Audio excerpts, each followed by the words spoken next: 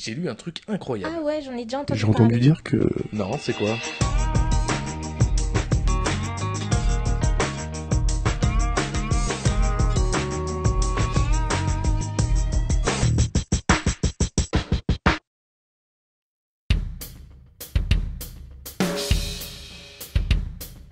J'irai peut-être pas aussi loin que déconstruire l'agriculture, mais ce qu'on s'aperçoit aujourd'hui, c'est qu'il y a un véritable malaise auprès non seulement des agriculteurs, mais aussi de notre économie agricole. Puisque j'ai fait un tour du monde des moissons avec les grands pays producteurs que peuvent être l'Inde, la Chine, les États-Unis, l'Australie et l'Argentine. Et je reviens aussi d'une tournée européenne où j'ai rencontré un certain nombre de pays qui sont nos partenaires européens et qui ont des politiques totalement différentes. Ce qui est effectivement complètement étonnant, c'est qu'on a partout dans le monde des soucis de production. On est toujours dans cette course de produire plus pour nourrir le monde. On connaît tous les chiffres des 9 milliards d'individus à 2050, voire 10 milliards.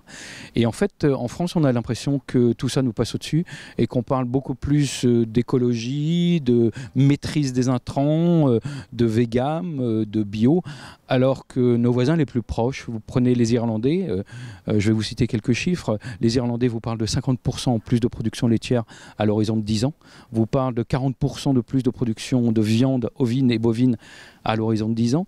Vous allez au Danemark, on vous parle là aussi de plus 30% de la production porcine.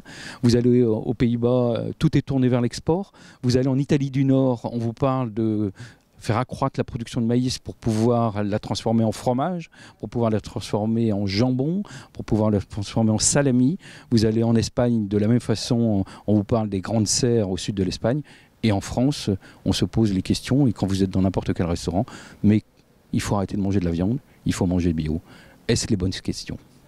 Alors, quand on a dit tout ça, on n'a qu'une seule idée en tête, c'est j'interpelle directement le président Macron en lui disant mais que va-t-on faire de notre agriculture? Va-t-on créer un nouveau modèle?